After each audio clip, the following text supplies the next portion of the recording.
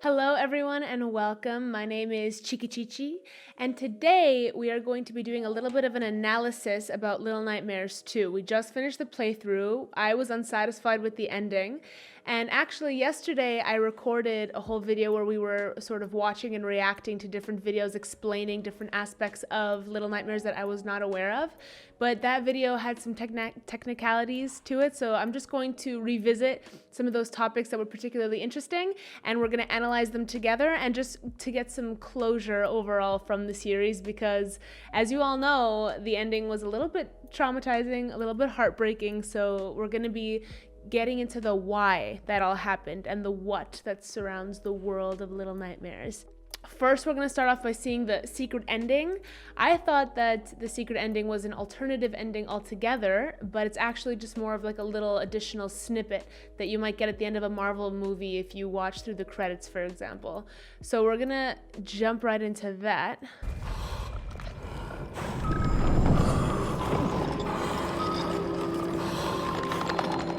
Oh my god, the audio is crazy on this clip.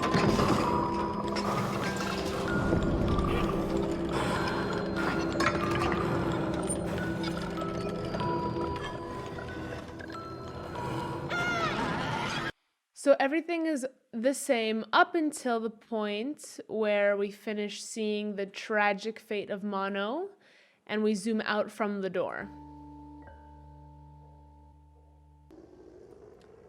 We are now shown a glimpse of what happens after Six leaves the world through the television.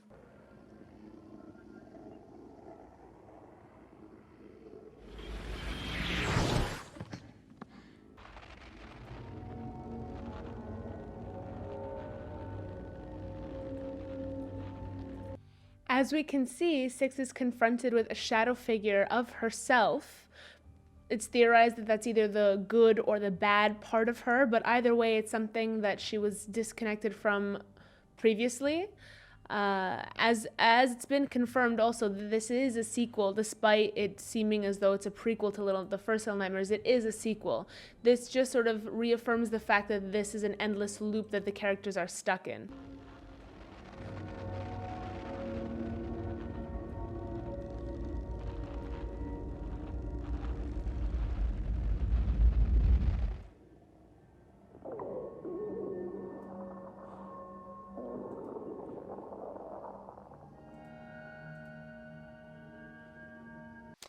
So that ending essentially led us to believe that this is in fact a time loop, and it just affirms the fact that it's a sequel, because we see Six, with the hunger that she was plagued with in the first game, suddenly reappearing for the first time in Little Nightmares 2 after being confronted with her shadow, taking a look at the mound, I believe it's called, which is the location where the first game takes place.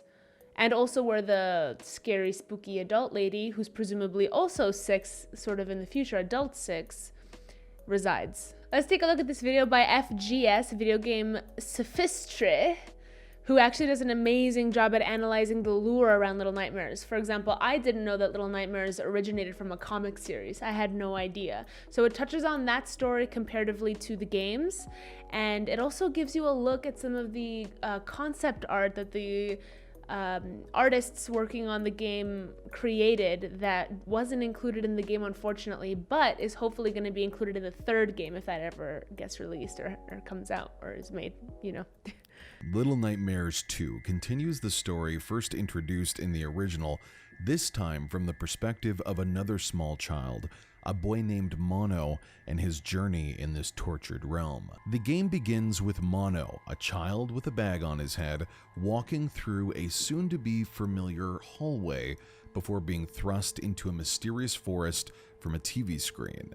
Much like the original game, everything is enlarged and frightening in the world of Little Nightmares 2. I thought that this was a really interesting point, because by the end of the game, I kind of had forgotten how the game exactly began.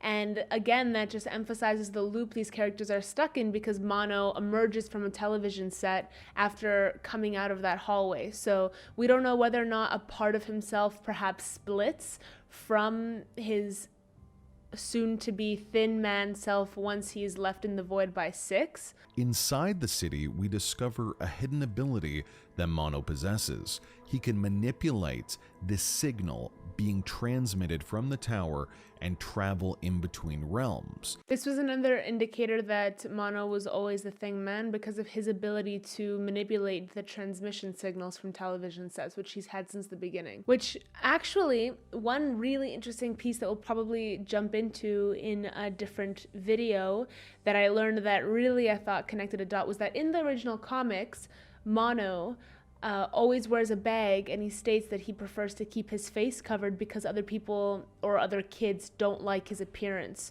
and go so far as to sort of attack him for what he looks like.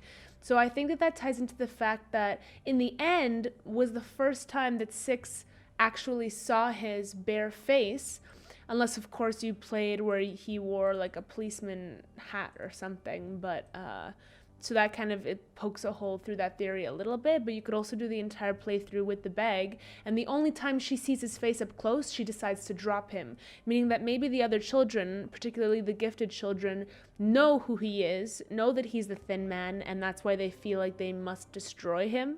They eventually escape this horrifying prep school and are able to find Six's iconic raincoat before entering another demonic realm, the hospital. I've heard a lot of speculation in my research surrounding the raincoat. The only thing that I think makes sense in all that in terms of the timeline is just that because of the loop, Six has been there before and she dropped or left her raincoat behind as part of her journey. So this is just the point in her story in which she recovers it. When I watched this video of Gamersault, I was actually very pleasantly surprised to see that there was another game called Very Little Nightmares, which I had no idea. It even kind of looks like a mobile game based on the footage that's provided. And apparently that is the prequel to Little Nightmares, I think. The timeline is a little tricky because of the whole raincoat situation.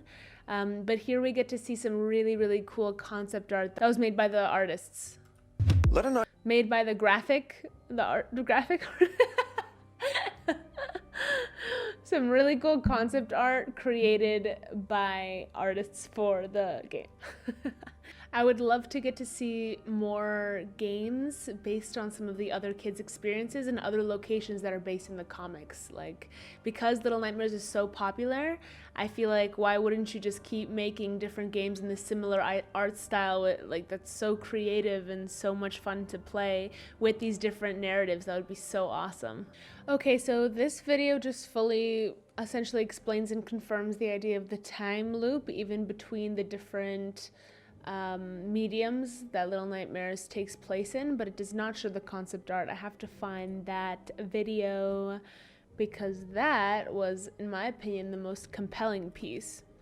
But still, we don't really understand why Six chose to drop Mono. That's the big question. It doesn't seem to be out of self-preservation. My theory is when she saw his face, as it was reported on the website's description of Mono, that people hate his face and that's why he wears the mask, but he just wants to take the mask off. I think when she saw his face, something clicked for her and that's why she dropped him. I thought that the hunter was kind of interesting, but it didn't scare me. The hat is cute. You know, the rifle is a lot less intimidating than some kind of monstrous limb. So in terms of like the threatening level, what is that thing, that alpha scale? Like if it's an S tier, his tier level, I'd probably give him like a C, D tier of a monster. These artists really have an uncanny ability to combine traditional human elements and just make them completely monstrous. Like, look at that. That is awful. I think these, where they demonstrate the upside down rooms, that would have been so cool to see. That reality, that distortion of reality, it would have been really, really cool. There was some talk of this as well. I heard that they were thinking of incorporating a scene within the hospital where it showed children becoming monstrosized, becoming those viewers that were blindly connected to the TV. They were going to add a bit of a sequence where they showed kind of like the farming or the seeding of children turning into these viewers. I think that would have been, I guess it would have made the sort of themes a bit too obvious and in your face, but it still would have been an incredible visual, and I think it would have aided and lended itself to the story really well.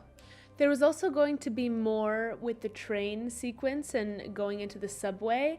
I actually expected that when we finished running away from the Thin Man in that train sequence and we arrived to the subway. I thought we were going to go into the tunnels, and I was so excited to experience that because it's another sort of very familiar place where everybody has some experience, and it would have just been excited to see them carry the world in that environment. So it's a bit unfortunate that they weren't able to fit that into the game. This would have been really, really exciting to see because this was a sequence that was actually going to show you a little bit of behind the curtain as to what the mound and the amorphous blob in the other dimension in the signal tower, what it actually is and where it comes from. Which I think the concept behind it is essentially all of those viewers who get stuck to the TV, not only their souls, but apparently some of their physical body goes through, and that flesh and meat and content just gets added to the heap and the mound and adds to the monster that is the eye and the evil in the world. Now, I'm not sure if there's some ominous power beyond that that even controls that mound, and that's just sort of the physical manifestation of something deeper and more ominous behind that that's not physical. But regardless, it would have been really, really cool to look into these processes as to how this world became and is sustained the way that it is. They chose to go the more mysterious route where it's just left to the imagination and it's a bit more ominous and not explained. But of course, being someone who's visual, it would have just been so incredible to get to see and experience that through the game. So who knows, maybe if they do a third, which I don't see why not. It's popular, everybody loves it, it's a beautiful, amazing game. When they make a third, hopefully they'll incorporate some of these concepts and we'll get to see more good stuff. Now, since this concept art was created of different children characters from the comics, that leads me to believe that they are indeed planning on making different games with these different characters and different storylines, as they do take place in different areas of the world, different environments. That is such a thrilling idea. I cannot wait to see what they do next.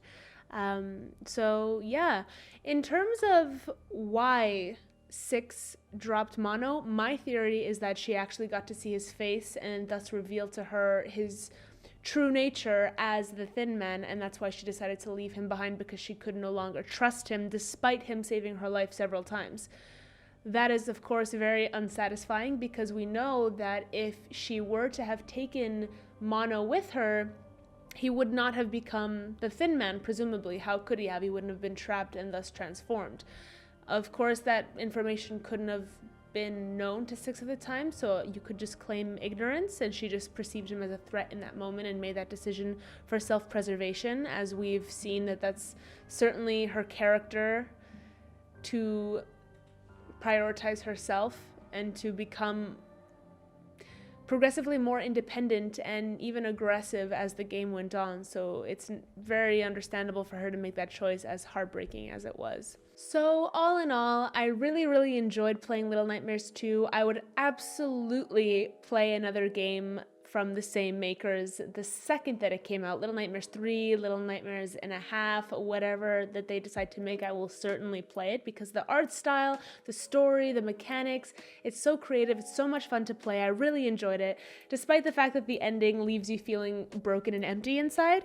It's still awesome. You can't expect the feel-goods and the giddies from a horror game, so I absolutely loved it. I do feel after all this that I got a bit of closure with the world. I understand a bit more of the backstory. I understand that there's a broader lore around everything and that there's possibility for more exploration. I do kind of understand 6 a little bit better after seeing the fact that they're stuck in a loop, so it's not really the characters in the end making their own autonomous decisions. They're all just sort of being pushed by the shadow and the ominous, all-seeing eye of the story. So after learning all that, I feel much better. I hope you enjoyed this video. It's a quick summary and analysis of the information that I was able to gather on Little Nightmares. And stay tuned for the next one. I'm going to be starting a new Let's Play very soon. So thank you so much for watching. I really appreciate it. Please comment down below, like and subscribe, and I will catch you in the next one, my dudes. Okay, bye.